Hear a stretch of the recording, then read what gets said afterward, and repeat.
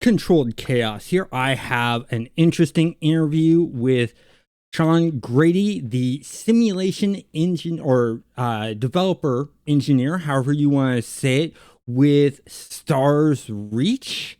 How are you doing today, Sean? I'm good, thanks. How are you?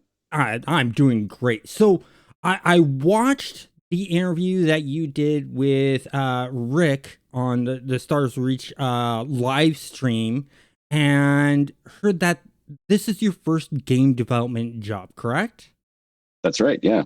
So the first question I have is coming fresh into the industry, were did you find the job or did they come out and reach out to you for coming to work with them?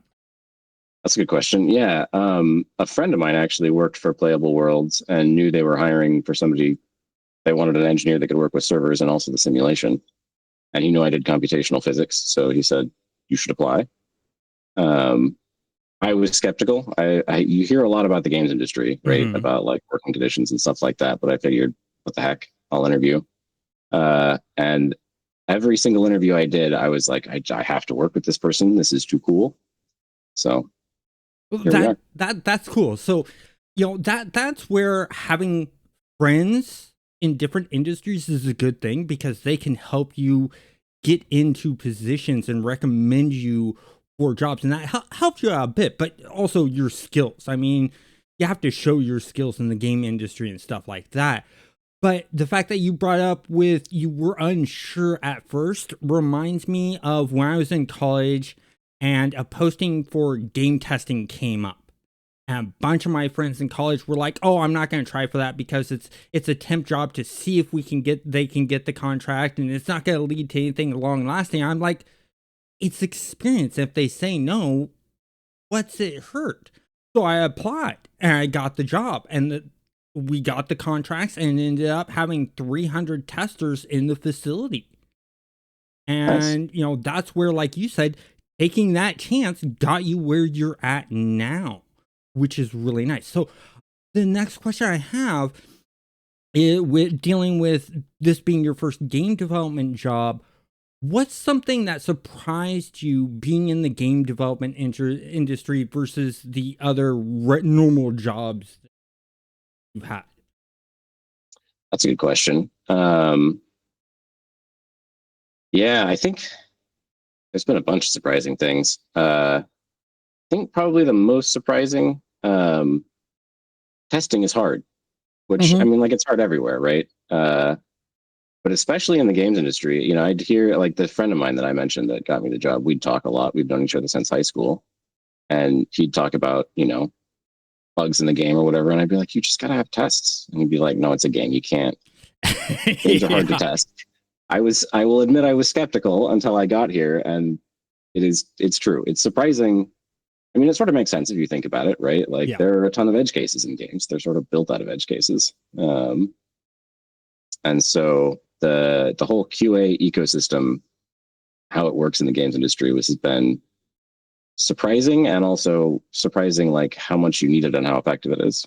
Yes, like I said, starting out my career in game testing, it's very, helpful, especially, nowadays because of consoles and having test cases that you have to and certification. And that's something, if hopefully Stars Reach gets big enough that it goes out into consoles, you'll see what test cases are like. And I'll tell you right now, you want to pay attention to those test cases because certification costs, you don't want to cost the company that much money. Even Microsoft worries about spending too much money on certification because you think, oh, well, Microsoft owns the console. They're not going to pay for the certifications. Those companies actually do pay for the certifications because they get a third party company built up to run their test cases so that it's fair across the board, which I personally really like, and will be very interesting. Now, with talking about testing, have you ever had the time where someone's reported a bug and it's been really hard to fix and stuff like that to where it almost makes you want to cry? Oh yes, yeah. I feel like that's just part of programming. Um, Hopefully, I mean, we try to minimize that as much as we can, Well, but it yeah, for but sure you it know, happens. Gamers are a different breed of end users than any others, because you get the regular end user is like, okay, this is a program, it does this, I'm going to do this. Gamers go, okay, this is a game, I'm supposed to do this, but I'm going to go do this instead. Which is, as you mentioned, makes testing so much harder because the testers have to go and check those other areas and things like that. So, that's nice.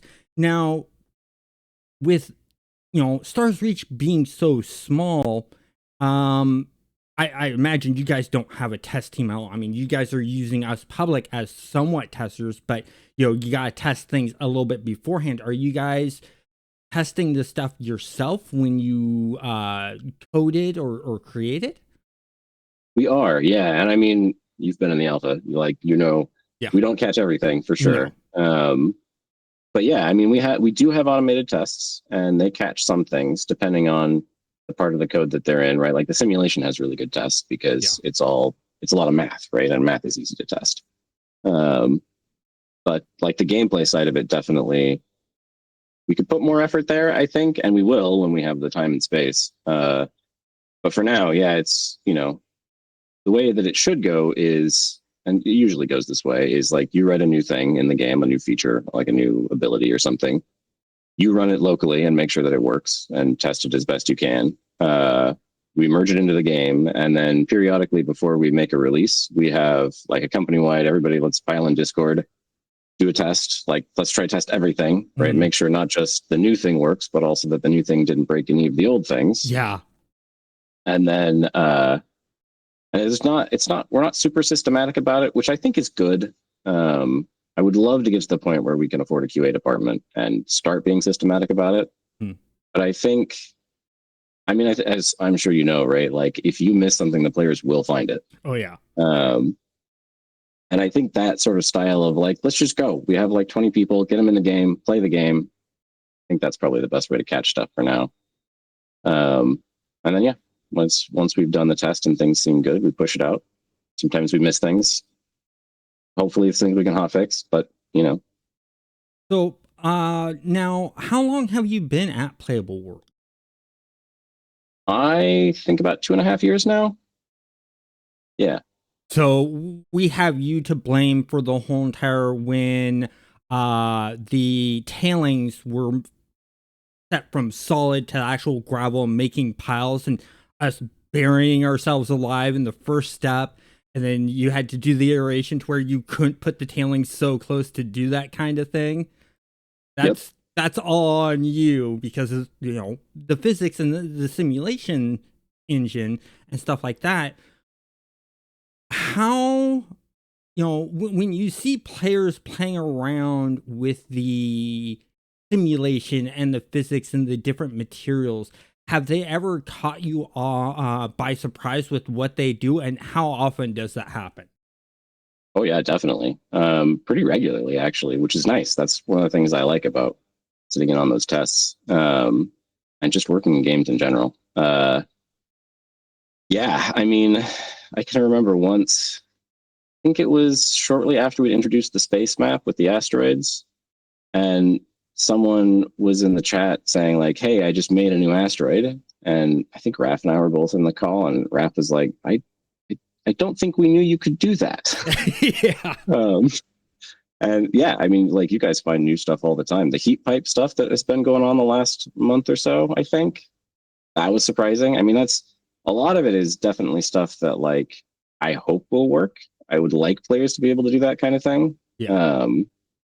And then seeing it happen is cool. The ski jumps, there was a while, I don't know if it still works. There was, yeah. The ski jumps was a while were where you could like fun. I remember when they built that. I was actually setting up to do some video and recording, and they invited me over. I'm just jumping around. I spent like half an hour just playing around that little ski jump area. And I know that they had some developer help because we don't have the tools to be able to move water yet, they said. When we'll get that, who knows, But considering that even Raph Costner himself has broken the sim by flooding a city, which if you saw that, please tell me you saw that. Oh yes, I was there. Were you laughing? Yes, that I was especially laughing because that was sort of my fault also. The water in the simulation is like this whole thing, right? It's Yeah. not exactly where we want it to be.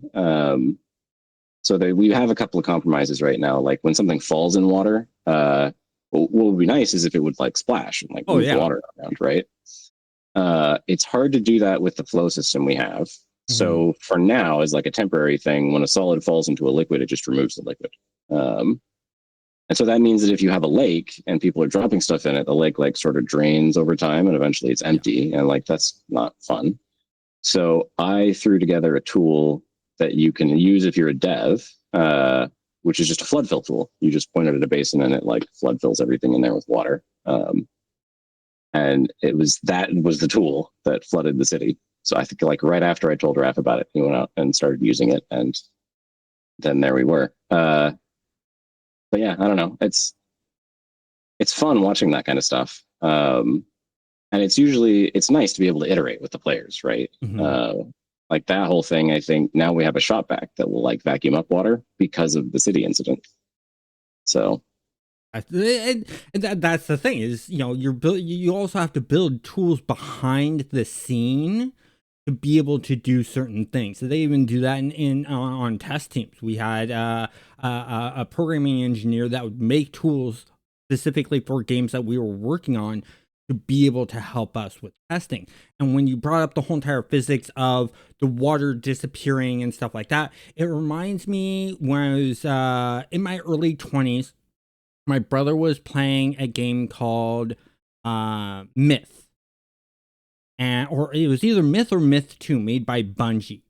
And he had a bunch of dwarven guys throwing cocktail bombs down on the enemy off of this cliff into this lake. And they weren't exploding because they're hitting the water, and so they're getting extinguished. And it's pouring down rain heavily. And apparently, one of the cocktail bombs hit the other, caused the whole entire thing to explode, and the lake and all of the enemy just disappear. We're like, what? And then it's raining down twice as hard, but we're seeing some red and some body parts just hitting the ground. And we fell out of our seats laughing. That's where physics is fun. And that's the other thing I wanted to bring up with physics, and you knowing physics and stuff like that. In video games, they sometimes fudge the physics to more be fun instead of realistic. And I know Stars Reach wants to go towards the more realistic, but if it's funner, a different direction, they're gonna go that direction. How are you adjusting to that, knowing physics and stuff like that? Is that a hard thing for you to do, or have you been able to adapt these? that's actually probably my favorite thing about the job. I hope I'm doing a good job of it, but Oh, I really amazing. like that kind of puzzle. Where like the reason that I got into computational physics in the first place is because what I like to do is just look at the world around me and then model it in software and like see what happens, right? Like it's just Hmm. fun to play with. They're fun toys. You always learn stuff. And definitely like in the more computational physics side of things, when I was doing, simulations in grad school and undergrad, it's really focused on like, yeah, how can we make this as realistic as possible? And then what can we learn from it? Yeah. In games, it's a whole different set of challenges where like realism is nice. But only sort of to the extent that like it's intuitive to the player, right? Like if we Hmm. make something really realistic, but like a version that was less realistic would be just as intuitive, then that's sort of wasted effort, right? Yeah. Um, so yeah, trying to, you have more constraints about being real time. It has to be responsive. And trying to think around the problem of like, okay, I know roughly how water works in real life. How do I put that into a game where we keep all the essential properties of like, you expect if I knock a hole in the wall, the water comes out, right? And it should flow downhill and it should be flat. And how do we keep all that in a way that is interesting and gives you gameplay, but doesn't like break the bank as far as compute costs? Yeah, definitely. And I mean, I blame Raph for my interest in the game and getting into mining, because I hate mining and all other MMOs. It's just hit the nose. It's boring. In this, I'm finding a lot more fun because I'm digging around And because of the work you've done with the physics, there's the danger that sand could fall in on you. And now with the new adhesion stuff that you've done, you could mine out too wide and the whole entire thing can collapse on you. In fact, what I really like that you guys have done is with the buttressing of the big cave systems that we're in on like Rhodium 4. Yesterday while I was filming, I actually got lost in Rhodium 4's cave system because of all of the pillars and stuff like that. And so that physics that you've done is really nice. And the other thing I like is the fact that I harvest some of those pillars, and because they're soft, I see them sort of flow down and stuff like that, and at different rates. Some are really quick, some are really sort of slow drip and things like that. How much time did it take for you to do all the mathematical equations for stuff like that and figure that out? Yeah. Well, for one thing, a lot of those pillars, mad kudos to Megan, who's our world designer. She's amazing. We've had like everybody in the company has had the same experience of like Megan's like, okay, the pillars are done, and we go in there and we're like, this is a real cave. This looks awesome. Yeah. Like, I think I got lost midway through testing it. But yeah, that's also one of the really fun parts of the job is like working with her and like what can she make and then what can I do with it. As far as how long it took to get all the math together, not really as long as you'd think. I mean, for one thing, like Raf himself did a lot of it before I even joined the company. Yeah, I remember when I joined, he just had like this gigantic Excel spreadsheet that like, so the simulation is grid cells, right? It's meter cubes. And he had just worked up a prototype for it in I think in Google Sheets that was 2D instead of 3D, where like he had the adhesion in there, he had the flow, like the heat stuff, it was all there. And my first, I don't know, month and a half, 2 months was just sort of like digesting that, looking at what we already had, meeting with Raf and like talking with him to make sure that like I really understood where he was going with it. And a lot of that math is still there. Like we've had to change parts of it for performance reasons, or I don't know, for making things more realistic or more, gameplay oriented, I guess. But a lot of it is still the original stuff that like he worked out. I think most of my time there's been a couple of full rewrites of the simulation. I think two. Most of my time went there early on, and then also just performance optimization, basically. Like how can I tweak the math to make things run much faster and smoother and stuff like that. And optimization in pre-alpha, optimization isn't your guys' big goal. You guys sort of work on a bit, but where optimization really comes in is when you start getting more into that beta phase. That's when the coders go into optimization. All the artists start going really hardcore and stuff like that to get more into the game and stuff like that. So I how it runs now, it may look a little bit slow, but considering the fact that this is pre-alpha, I'm pretty sure when we get closer to release, we're going to see smoother work. And considering definitely. the fact that you said you're not the first person to create this code for the simulation, and that you had to spend a month's time going through the code and reading what they did and understanding what they did, that's a lot of time. I remember my first big project I worked on Halo Anniversary on the test team. And the first job I was given when I got hired on, the team was just built.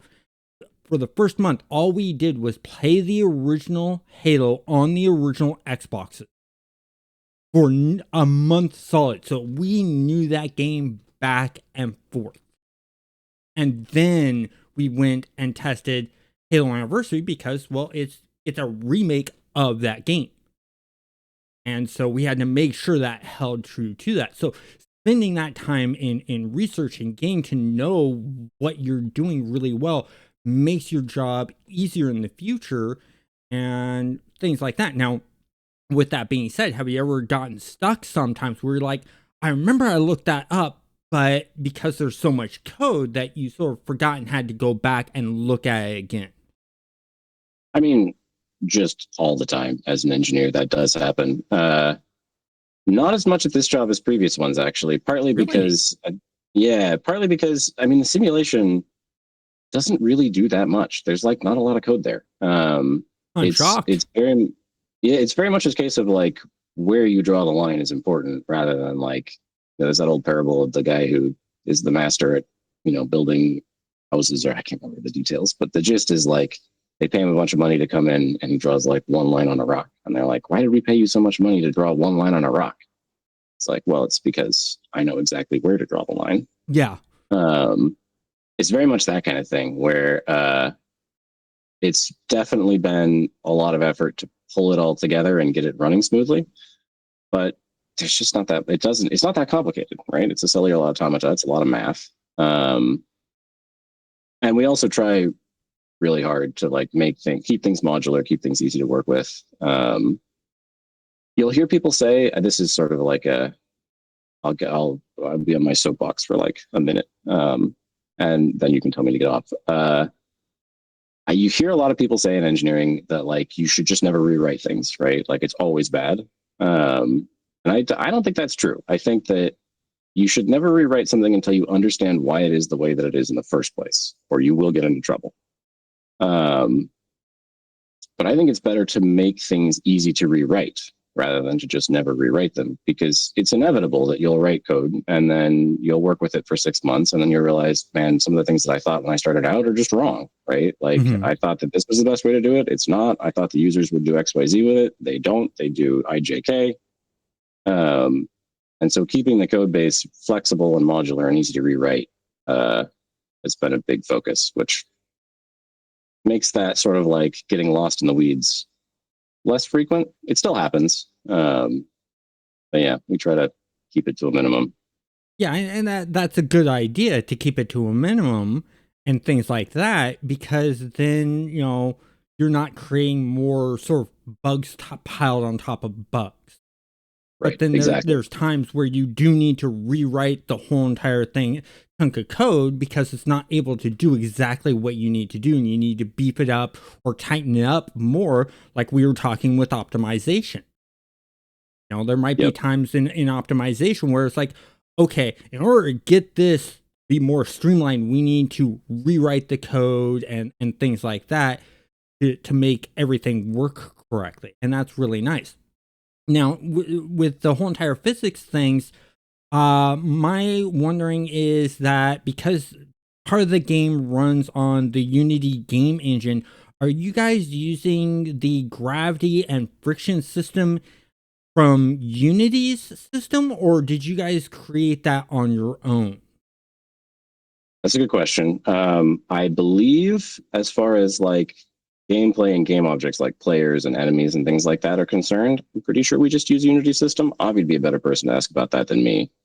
But as far as I know, it's more or less out of the box. The simulation does its own thing, and the simulation is written in Rust and runs as a separate process from the Unity game server. Um, and they do share config, right? So like you can set the gravity for a world and the simulation will read it and adjust its gravity accordingly, and the game server will read it and adjust. But yeah, I think on the like when you're jumping around as a player or you see ball hogs flying about, I think that's pretty much just the Unity standard stuff. And then terrain falling is our own thing in the sim. Okay, so you have two gravity physics systems going on. You have the Unity one, which controls the characters and stuff like that, gravity, and then for objects like the falling gravel and stuff like that, that's going off of your simulations setup, and the two sort of communicate with one another. Right. Yeah, exactly. Excellent, excellent. That's really cool. I like the fact that you guys are utilizing one system to save time, and it already works fairly well. And then you're creating your own system for something that might not be able to handle or understand, because that I'm pretty sure trying to get what you have happening in the simulation of the falling gravel and stuff like that, you'd have to probably go into the source code of Unity to do changes like that. Am I right? Yeah, definitely. Yeah, and I mean, I think the closer we get to launch, The long-term vision has always been to integrate those as much as we can. And we sort of do this already. Like you've seen the meteors, right? Like Oh the yeah. meteors are, that's a Unity object, and it uses Unity gravity and physics. And then when it hits the terrain, it dumps everything into the sim, and the sim takes it from there. That's Um, really cool. and we want to do more of that, like as much Mhm. of that as we can. I think that the closer we get to launch, the more we'll start to move things into the sim from Unity, out of the Unity, out of the sim into Unity, and just sort of like keep it one system. One example, something that I'd like to do is, you've seen ball hogs like shoot projectiles that will melt things or cause explosions. Yeah, I've been set on fire by them. I've seen them set fire onto things and stuff like that. So. Yep. Yeah, one thing we'd like to be able to do that we just haven't gotten around to yet, the plumbing's all there, is have a ball hog fire projectile that does an explosion, right? And the way that could work is you could have like a big AoE that comes out of it, and it just sucks up all the terrain in that AoE, takes it out of the sim, and then makes a bunch of game objects that are like, look like chunks of ground, and flings them everywhere with Unity's physics so they can be on trajectories and not locked to the grid. And Oh, then wherever they land, dump it back into the sim. And so you can have like rocks flying around and like resulting in piles of things everywhere and big craters and stuff like that. well, that could also, you know, move resources around on the planet, which because would even add more to the people who want to do the map making and finding resources, because then that causes them to want to go back to that planet again, remap it again, because those resources have moved around. Is a really interesting and cool idea. I'd love to see that in the game. Whether it's probably one of those things, that's probably something that's going to happen after launch type thing, right? I don't know. We'll see. Definitely after we go, like our big goal right now is getting the servers up 24/7, Yeah. and it'll definitely be after that. But it wouldn't shock me if that happens before launch. Something else that don't quote me on this, but I would like it to happen before launch is sort of along the same lines. You can mine out all the resources on a planet, and then they're just gone, right? Um, Same with water. Like if the water is gone, then it's gone for good. We would like to put systems in where some things will replenish, right? And like probably not crafting resources, because a big part of the design for how crafting works is that like you open up a new planet and it has really good, like Miller's World, iron on Miller's World is amazing for crafting blasters or whatever, right? But then when it's gone, it's gone. Um, but as far as just the regular rock goes, or the water, we'd like to have cycles like the water cycle, or sort of a rock cycle, I guess, where we track how much there is in the map. And if it drops below a certain threshold, if it's water, it starts to rain, or like there's a spring on a mountain that suddenly starts to like pour out water, right? Um, we've talked about doing the same thing on like a lava sort of Mustafar kind of planet, where as players mine, like let's say it's something like gravel, where you use it for concrete and they ship it off world. As they dig it up, the lava sources in the volcanoes or whatever spill more lava out. Yeah, and so the goal is to just have like living worlds, right? And then part of the nice thing about that is exactly what you said, right? Like people that there's always something new to come back to later, right? Like if you've been making maps, then there's always a reason to come back and be like, well, how have things changed? Or like, oh, there's a new volcano over here, or like someone drained the lake, but now the sea is higher. Yeah, that kind of thing. That's really cool, and I like that the fact that you guys are doing that kind of thing. Now, with the whole entire new asteroid system, with the event system and stuff like that, we have them dropping and depositing resources, and that affects the sim, which makes you involved in this. How much work did you have to do for your part to get that to work? None. None. None. Yeah, that's sort of the goal of the simulation, is to basically have as few rules as possible, make them as simple as possible, and then everything is emergent behavior on top of that. And so like I've worked with Avi and Georgeson and a lot of the light on the gameplay side to make sure that the simulation has an API that is very flexible and can do pretty much anything they want to do. And so when they did the meteor system, the API was already there for putting resources back into the simulation. Like, when you jump out your hopper or whatever, they just use the same API. And it all just works. They can just tell the sim like, all right, I'm dumping a bunch of hot rock here, you know, or like the ice meteorites, like there's a bunch of water here. Also, all this is frozen now. And so they have a pretty flexible set of tools that they can kind of just do what they want with, which is good because the faster we can iterate on this stuff, the better. And if they don't have to come to me and then wait for me to do a thing, then we can all move a lot faster. So you've done your job right by creating this system that's so flexible that when they want to do something, they can just go and do it. And all that you're doing probably right now is adding a bit more to the simulation for future stuff that they're going to work on, correct? Yeah, that's definitely a lot of what I'm doing. Also, lately working on making sure that it'll scale well. We don't have any lingering issues that'll make 24/7 servers hard. And then also to some extent, like you mentioned the adhesion stuff. The adhesion has been in the game since forever. We needed time to sit down and be like, all right, for all these resource properties, what should the adhesion values actually be? Before they were almost all just max, and now like Dave Georgeson sat down and went through and was like, all right, how hard should shale really be, right? And tweak the values. And so I'll help with things like that sometimes. Like I'll make suggestions about, well, if you have a material that does this, then this thing can do this neat thing. But it's mostly helping them do what they want rather than like they have to wait on me. And that's really good because, it allows for that flexibility of creativity, both from developers and, like you said, seeing players do astonishing things that you didn't think, possible, which then makes your job easier when you see that. You probably sit there and go, I don't have to work on that. Well, or the opposite, right? Like they do something and I'm like, oh, I know what we need to do next. Like that's cool. We can make it cooler. And I like that you're doing that. So while you're working, are you watching people play and streams? And do you go on YouTube and watch some of the videos? Like, for instance, Draco has this cool video where he's first time playing a big asteroid that hits and leaves a big crater and lava. And his reaction to that is just amazing because he's geeking out so hard seeing it and then freaking out when it hits the crater. Yeah. You gotta look at that and go, that's cool. And you gotta feel proud about the work you've done, seeing reactions. It's definitely nice to see. Yeah. And I mean, it's definitely been a team effort too. It's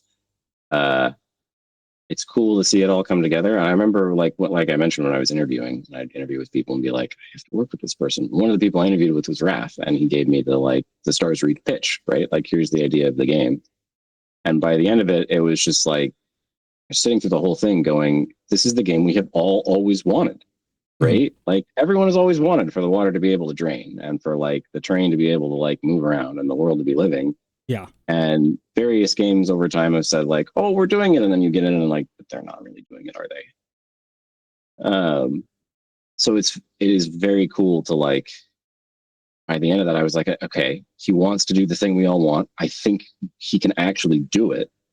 And then to be able to sit down and work on that and see it from like, here's the idea to like, okay, I think I have a working prototype, and then I hand it to the players and the players are also excited about it. It definitely is very satisfying. I sit in on a lot of the playtests partially because it's fun to see where people go with things and get excited and stuff like that. Well, and like you said, it allows you to see what needs to be fixed, what needs to be enhanced. You've also said, gives you ideas. Oh, we can go do this.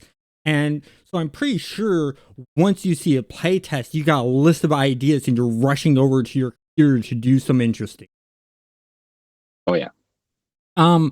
Since you brought up the interview again, something I want to talk about is said that you were a gamer and talked about gaming in the live streams. Have you played any games that Austin before? I hadn't actually. You hadn't? I had a bunch of friends that had played Star Wars Galaxies in high school, I think, or before, whenever it was that it came out. But I sort of like got into all of it after they were done, and also sort of after Star Wars Galaxies had started to peter out. So I hadn't played any Raph Koster games, but I had definitely been hearing about them for years. And I remember actually a while ago, Sam, the friend of mine that was at Playable Worlds, I remember when he joined, he was like, I there's a company with Raf Coster, like Star Wars Galaxy's Raf Coster, and they have an open position. And like, I want to apply, but there's no way I'll get in. And I was like, no, no, no, no. You have to apply. Yeah. That is too cool. And yeah, So so here we are. with that thought in mind, I mean, yeah, you haven't played the game, so you probably weren't, as nervous in the interview, but because you were wanting to work with Raph Costner, knowing his history and stuff like that, that had to make you a little nervous in the interview.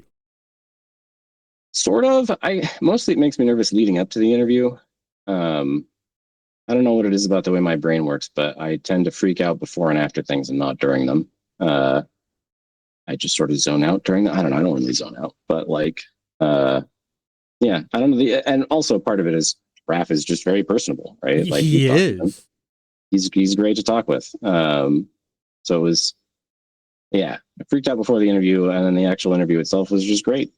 He's just a lot of fun to work with. I just know some people that when they meet people that they know are big in an industry, that they're a fan of whatever, sort of get that stumbling, don't know what to say, or they say too much type thing. So I wanted to know how you sort of handled that situation talking about. That's fair. Yeah, part of my secret is definitely that I'm just always that way. Yeah, I don't need to be talking to Raph Coster. Well, yeah, it's like talking to Dave Jordanson. He's, you see him in those interviews and he's always very upbeat and laughing and smiling. That's not him putting on a show. That's just him. And he's great to talk to. Yeah. Same with Raph. I remember when I got invited into the test and found out that I could do videos and stuff like that, I started working on a video after playing the test. And I was like, well, I need to run this by Raph. I want to make sure that I'm not, insulting him in some way, because I wanted to do a video saying I'm mad at Raph for Stars Reach because it's so good, but just have the title being I'm upset with Raph due to Stars Reach, and leave the title like that. And I explained the whole entire thing to him in a text message, and he responded back with, "Oh, that's funny. Do it."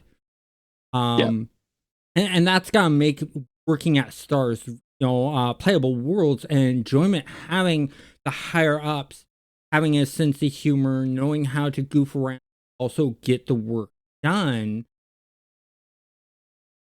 That's gonna make your job somewhat easier. Way easier. Yeah, yeah, especially like on the get the work done side of things, right? Like I've definitely had managers and C-suite executives in previous jobs that like really don't know anything about the day-to-day operations of the company or how any of the engineers do their jobs, and are very much hands off, and just like, some of them do really well, but like often you also get ones that want to micromanage, and like dictates just come down from above, and then you're like, okay, now we have to work with this. And Raph and Dave are just not that way at all. I've mostly worked with Raph because he's on the simulation side of things, or he did a lot of work on the simulation side of things before I joined. And he's just fantastic to work with. He has the perfect mix of like, I will tell you what my vision is, and I will give you all of the requirements that I have, and then everything else is just up to you, right? Like he's very good at not telling people how to do their jobs. He's great at having conversations that get at like, really, this is the core experience that I want, and I don't care how you do it. I want this thing to be what the players have. And it just makes my job a lot easier and a lot more fun, right? Because then I can be like, okay, I get it. How are we going to do that? And play around with stuff rather than just being told, I want you to write this thing, I want you to do it this way, and then tell me when you're done and I'll give you the next thing, right?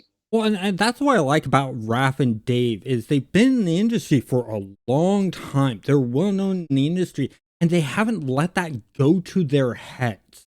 They're giving credit where credit's due, so that each developer and designer can put their little signature and stamp on the work that they do.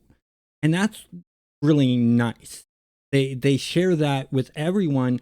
But now I want to sort of move back into the simulations. I got questions about that in the fact of what's your favorite thing to do in the game in playing around? Mm, that's a good question.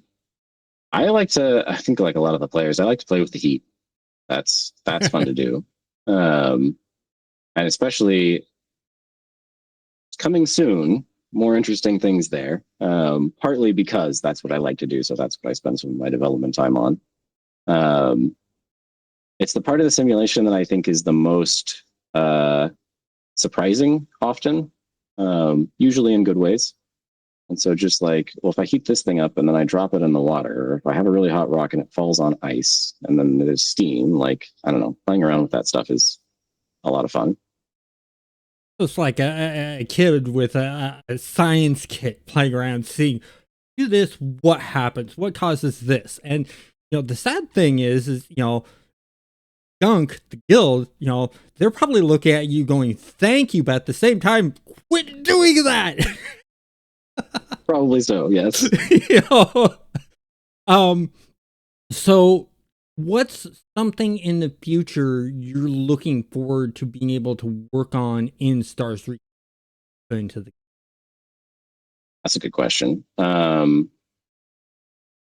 Well, definitely the stuff where, like I mentioned with the explosions that fling terrain around, that's a system I would like to get going. Like I mentioned on the live stream too, the way things fall right now is sort of Wile E. Coyote Roadrunner physics, where you'll yeah. cut a part of like a cliff off and it'll just hang in the air for a while and then fall. That that's probably the one thing in the simulation right now. That and the way water flows bother me. I'm like, they're good enough for now. Maybe they're even good enough for release. I don't know. Perhaps has a better sense for that, I think. But like it's always there in the back of my mind, like I wish things fell immediately. And I have, partly because it bothers me and partly because it's sort of an unsolved problem, right? Like Mhm. I have some ideas about how to tackle it.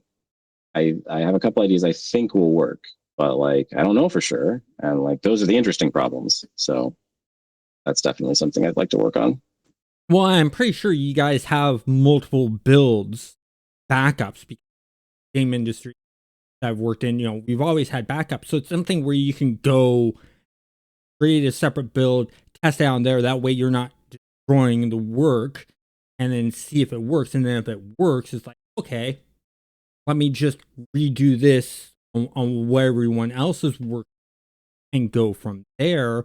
Or if you got, your network that allows you guys to upload the work to individually and won't break everything. Because Unity can actually run really well system like that. So you have an artist working on one thing, a coder working on thing, and a coder working on a different thing, and they all upload. Doesn't break things, which is really nice. Is that sort of how you guys have things set up? It is, yeah, in a lot of ways. We have a bunch of different internal servers that people can put things on and test them out. And also, like, especially with the sim, as much as I can, I've put a lot of the behavior into configuration rather than code. And so, like, we were talking about the adhesion and like how hard things are, or how fast they transfer heat, or how dense they are, things like that. Those are all defined by resource properties that is in a CSV file that goes in the actual map save. And so you can tweak those, like I can tweak them, designers can go in and tweak them. They're just in, like, some of them are in CSVs. There's a JSON in there for some of the zone data. But it's all human readable and it all just goes in the save file. And so it's very easy to go like, well, okay, what if we just did a radically different thing with adhesion? Let's just like tweak all the values and then put this map on, Megan's World Gen server and just see what happens. And it's nice that way because you don't need code changes. You don't have to disrupt anybody else's work. For things that do need code changes, we have different servers. We can put different builds on them. And I think, I mean, there's so much about Stars Reach that's just genuinely new, right? Like we sort of have to do it that way because we're not going to get any of it right the first try, right? We're going to have to iterate a bunch of times internally, and then we're going to like put it out to the players, and everything will be, we were wrong about everything again, and so we have to iterate a bunch more. So we definitely, like, that iteration process has to be fast, and it has to not block anybody else in the company. Hmm. Now, when you're working on the stuff that you were talking about, and you're trying to get a specific thing to happen, you're sort of playing around with it. How how often do you play around with it and make it do something that you didn't expect it to do, but go, that's cool, that could be used for something else. Take a side note of that and sort of flip out that code and sort of save it to the side to use. Sometimes, I mean, usually when something like that happens, I'll go to Raph or Dave or Avi or somebody and be like, okay, look at this neat thing I found. Can we put it in the game? And usually we do. I usually don't have to save it for later, but I have a couple branches floating around that are sort of experimental. Yeah. Yeah. Ways to make the flow better, tweaks for the heat system. It happens from time to time for sure. Okay, excellent. I want to move on to sort of the future of the simulation. I want to move to an area where, that we haven't fully hit into space. And most people are playing in on the planets. There's a little bit to do in space with the physics and stuff like that, such as if you continue flying and you let go of your W button and moving forward, you continue to move forward. And it does have that sort of spaceship type feel to it. With that, are there going to be actual planets in space that will be able to fly around? And if so, we'll do a slingshot maneuver. We whip ourselves around the planet and it makes us go really fast. I would love that, but I doubt it's going to happen. If it does, it'll be way like so far post launch. It might be like a Stars Reach 2 kind of thing. When I first got started with computational physics, it was end body simulations and like gravitational dynamics and tides and orbits of planets and stuff like that. So I really like that stuff. It's a ton of fun to play with. I don't know that it makes much sense in Stars Reach, just because I don't know that it would add nearly as much gameplay as it would be effort to do, if that makes sense. Like it would be so cool. Yeah. But it's like there's going to be 10 million things that would be so cool that we aren't going to have time to do. And so we got to prioritize the stuff that's like going to give the most gameplay and matter to the most players the most amount of time. And I feel like that's probably not one of them. But yeah, maybe in the far future, we'll see. Okay, so the next question I have that's somewhat similar is, will there at least be multiple planets in a solar system that we see? And if so, will they have some kind of gravitational pull where we pass by them so close it sort of slows down or has effect on your ship? I think it's probably not out of the question for big asteroids to do that. We'll have to see. There's a couple things up in the air with space that might affect that, and one of them is like we're moderately limited on how big each map is, just because of limits in the simulation, right? I think the current size in memory of like the jungle map, let's say, is I think right now it's like almost 20 gigabytes, 25. And when we're up on the full like 4 kilometer by 4 kilometer maps, it's going to be like, I don't know, 160 gigabytes, I think. I'd have to go check the numbers again, but they're huge. It's a lot of data. And so we can't like, the maps can't be arbitrarily big, right? At least not on the ground. But in space, you may notice most of the space maps do not have terrain in them. It's just like empty space, right? Yeah. There's no reason in principle that we couldn't chop the simulation up into chunks and say like, there's a little segment of simulated cells over here. We've got some asteroids in it. Way over here, there's another one with like a nebula or something, and have the space maps be like huge because they're mostly empty. And so the sim, doesn't care about any of the in-between spaces. And if we do that, then there is room for that kind of like, could we have something way over there that like slowly pulls your spaceship toward it, right? I haven't heard anyone talk about it. I don't know how likely it is that it'll get prioritized, but we could do something like that. Being able to see planets, I think that's on the roadmap.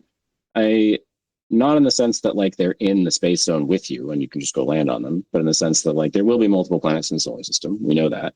You'll be able to get in the space zone. You'll fly out of one planet into the space zone and then across to like another planet. And I think that's going to work sort of like the wormholes, right? It'll be zone transfers. Yeah. We would definitely like you to be able to see the planets, right? Like I come off this planet and I know where to go to the other planet because like I can see it over there in the skybox.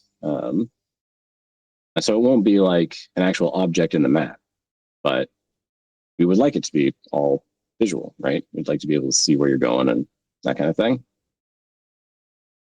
Okay, excellent. So, I mean, for future, I'm pretty sure you'd like to have it that way, and I'm pretty sure you'd like to have it maybe even more detailed where it shows the terrain the closer you get, sort of like in No Man's Sky. I mean, yeah, you guys aren't going to be Probably, having the landing on the planets like they do, where there's the seamless transition because you got the loading, and that's just it works better for most. But being able to see more of the details would probably be dream is probably the right word there. Yeah, I don't know that we'll get around to it. I mean, I think one thing that we would like to do that's I think pretty reasonable is if you're going to land on a desert planet, you should be able to see a planet like in the skybox. It's like, yeah, that's clearly a desert planet, right? And then whether you can see any of the actual terrain features on, like, then when you load the actual map, does that match the skybox? I'm guessing we probably won't do much with that, just for the same reason as the gravity, right? Like, it would be really cool, but like, where do we want to put our limited time and effort? More on the gameplay side than on the neat visual side, I think. yeah. But And we'll see. I mean, it could be something that you guys could add in the future after Yeah, launch and stuff like that. Because when I play space games, I like to play around in space. It's half the fun. yeah. And I really like the movement. I like the fact that you can land and walk around on the asteroid. That is so fun to be able to mine out those asteroids from the big ones to small ones and stuff like that is just it was amazing. I was just jaw dropped that oh cool. There's some gravity to those. Did you work on part of that system? On the gravity, no, I think that's all in Unity. I yeah, I we there definitely is. We talked about it, and I probably will work on it in the future. Right now, I think it's not exactly hard coded, but like when the map is generated, the gravity generators are also generated with the map, right? So like they're in the asteroids. And the nice thing would be like if players somehow got together and made their own giant asteroid, like that should have gravity, right? Or maybe a And space station has gravity. yeah, yep. That one's easier because we can just have players like you want to put down gravity emitters in the floor, great. They're probably expensive, but you can do it. Yeah. Um, but yeah, there at some point we were going to have to deal with the asteroid thing where the sim can detect like, oh, there is a giant asteroid here. Probably they should have gravity, and then tell the game server like you should put a gravity emitter in the middle of this. Okay, excellent. So another question I have that I just thought of is with this being a sci-fi game, sometimes they break physics rules, so there's unknowns to it because anti-gravity. There's no actual element that we know of that's like anti-gravium. So what about a weapon that when you shoot it, it hits an area and it levitates everything up? So you see like the rocks and the water sort of lift up.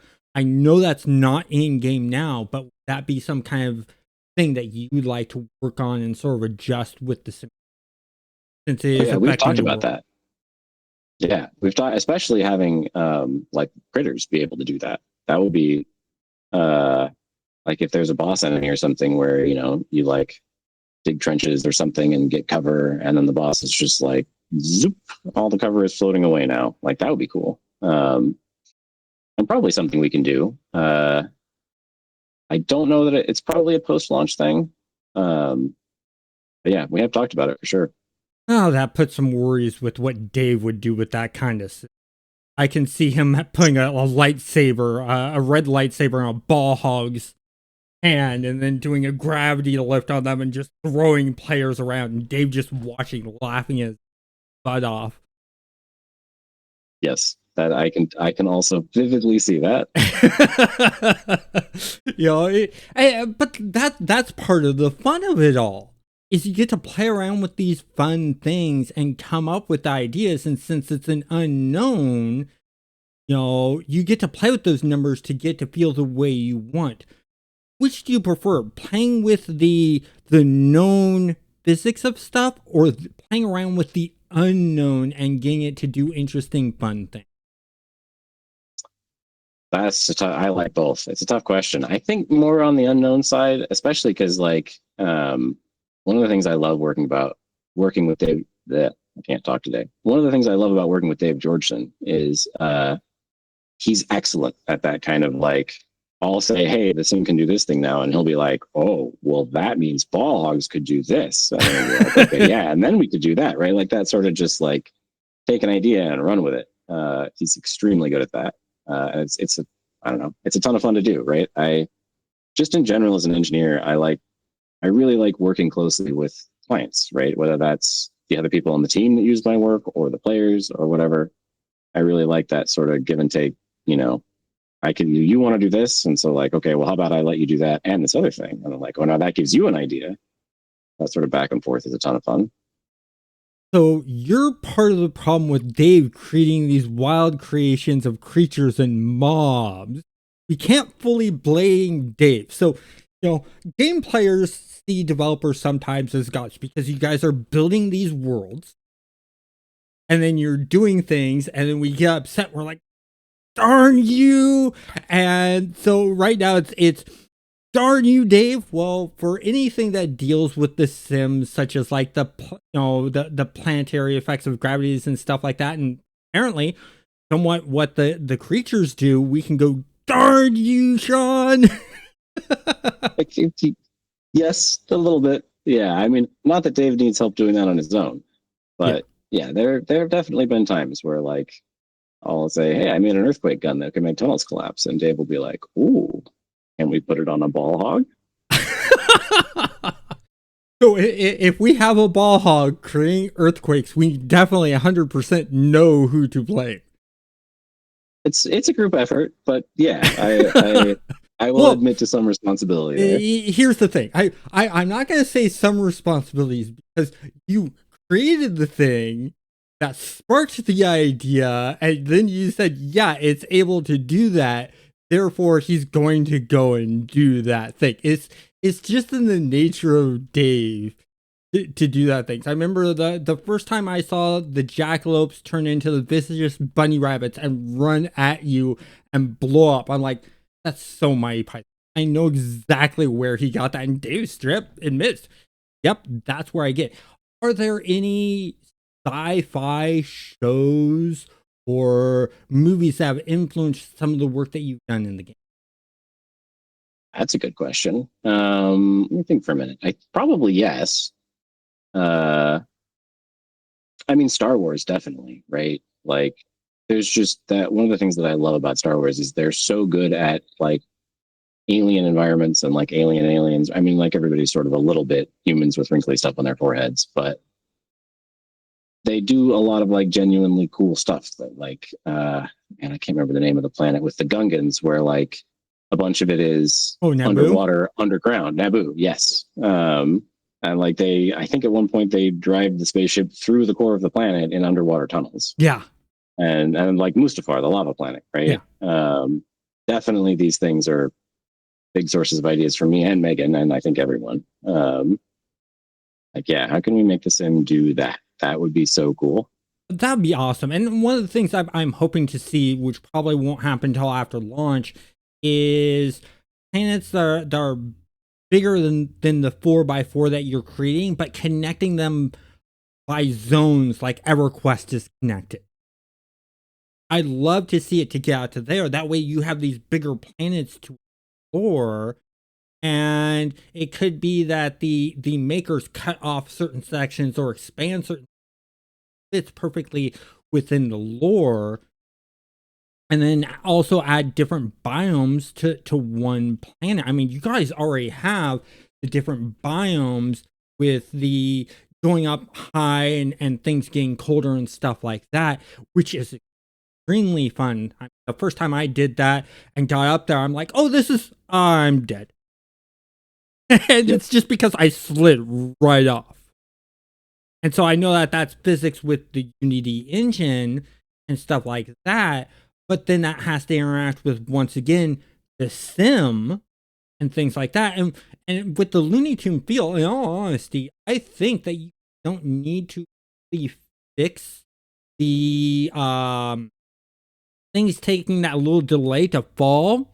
If when the character dies, it creates an impact crater depending on how far they fall. That is actually, believe it or not, we had that for a while. That reminds me, we should turn that back on. I think we turned it off for a while because it did weird things with the camera, but I'm pretty sure we fixed that. Yes, that is fun to like fall off a cliff and then die and go and leave a Yeah, big there's hole. just a crater. I mean that'd be an interesting, because then in game development, yeah, you're gonna find bugs, but there's times where the bug is interesting enough, and if you set the circumstances correctly in design, you can say, okay, that bug is no longer a bug; it's a feature. Yeah, And yeah, which is because one of the areas I lean really heavily on Avi and Light and Raph, right? Like they're very good at finding those, I like, as a simulation engineer, I tend to be like, okay, but the water it doesn't move like water should, and it bothers me, and I want to get it right. But like, you look at Minecraft, and like, what is going on with Minecraft water? It is like the weirdest water I've ever seen in my life. But yeah, also, like, you start playing Minecraft for the first time, and you're like, that's weird, and then you forget about it, and you don't notice it, right? It's like, it's weird, but it's fun, and it just doesn't matter. Um, and so, yeah, finding the places where like, all right, that is weird, but it's good gameplay, right? Or the players won't notice. Like, it's not unintuitive. It's great to have everybody on their team that does the game design stuff really well to work with for that kind of thing, where they can say like, yeah, it's good enough, or even like, this is better than if it were realistic. well, it's also the immersion, the fact that the game has that hand painted texture feel, and it's not going with the realism look, it has a cartoony type feel, especially when you look at like ball hogs, for instance. That screams to me, cartoony hand painted feel. So the physics of something falling doesn't have to be real. And, I could see you guys going the direction of, okay, well, we can't get the sim to make things fall immediately. So why not have it so that the characters have a delay fall on things? And then you can put an emote where they hold up a sign of oops or help, and sort of lean into that kind of thing is a great direction that you guys might be able to take with that kind of thing and make things even interesting. Now, what I want to talk about was with the mining. You guys have materials that are deep underground. And I really, really love that, because I play No Man's Sky and all of their resources are above ground. All I have to do is quick scan and, oh, okay, there it is. I scan sometimes for like an hour trying to find a resource on a planet and not find it. And so I just go digging, and then all of a sudden I find that. How hard was that to get the sim to do that kind Not that hard. The real trick there was the UI, trying to figure out, because like, you'll probably notice when you scan things and they're underground, you see the like green wireframe cubes sort of Yeah. below ground. Getting that to work well is tricky. And there is something to play with the sim, just because when the client asks the simulation, like when you run a scan, the client sends a request to the simulation and says like, hey, I'm at these coordinates and I'm scanning for iron, let's say. So like, tell me if there's iron nearby. Um, you don't want the simulation to like scan the entire map. And you also, if let's say you're standing on a giant deposit of iron just under the ground that you can't see, you don't want to send like this huge wad of data back to the client about like, here's all the iron in the world, right? So getting the UI to be intuitive and have it be easy to figure out where you should dig and look nice, right? Like not look weird, of? and also not like kill our network bandwidth budget. That was most of the work there, I think. Making sure that you're not using up more than needed, especially with it being an online game. You need to really compact that bandwidth. So much other data is being sent. Can't take up the thing. Big thing. Final question for you is, when the game releases, you're probably going to be playing. Most developers like to play their game. Um, what professions are you going to be focusing on? What interests you the most when the game? That's a good question. I'm always torn on this stuff, like civil engineering and mineralogy and mining. Like obviously, right? Like that's going to be cool. I'll probably want to see what I can build. We were in middle school. We had a stream table that would just pour water at the top of a table and then run down through sand. And I've just been fascinated with that ever since. And I love to do that kind of thing. So I'll probably keep doing it in the game. I'll probably have more than one path though. Like one of the things I'd really like to explore is the economy, because I didn't play Star Wars Galaxies and most of the time, or any of the other RAF MMOs. And like I've played World of Warcraft and I've played Guild Wars 2 and a few other MMOs, and the economy is always, I hate it. I I hate agree working with with you it. 100%. It's like the crafting in those games. I'm always like, what's the point in crafting in this if you're finding better stuff in the world? All they're doing is they're going in there, they're hunting these monsters, taking those items and then selling them, and that's the market. And that's where I like Raft's games is it's player made items. You're getting the resources from the creatures in the world, making the item, and then you're selling it. So it's a player made market, which really interests me. I know that they've been talking about the wanting to get an economist on board to sort of help out with that stuff, their dreams. But I'm really glad that they brought you on board, who understands physics and stuff like that, to make the physics part of the game not just feel real but feel fun, and that you're open-minded to not being a stickler but just going, okay, is it fun? And that's what matters all. And I greatly appreciate you for that, because I was never planning on doing mining in Stars Reach. I actually mined in Stars and got to play around with it and seeing what it does. And every time you guys play around with like the adhesion and stuff like that, just makes me want to do it more. And I went from being, okay, I'm not going to do any harvesting. Okay, my character is going to be a miner no matter what. And a lot of the work you've done caused that to happen. So I don't know whether to thank you or go, damn it, now I'm enjoying something I hate doing. I think I'm going to go with the former than the latter, because the work you've done and the other developers have done took something that I hate doing in other games and made me love it in this game. So I want to thank you for the work that you've done. Any last words? Uh, it goes both ways. I think I'm glad to hear that you're having a lot of fun with it. It's been a ton of fun for me, and I think all of us, largely because we get to interact with you guys and see how excited you are about it. And yeah, it gives the stuff that we do a good reason, right? Like it's Yeah. motivating to log in and have players be like, "This is so cool." So it's definitely, it would be a lot less fun without you guys, and we appreciate you just as much. Well, I want to thank you for your time, and I look forward to seeing what mad scientist things you come up with in the future. Everyone, have a great You too.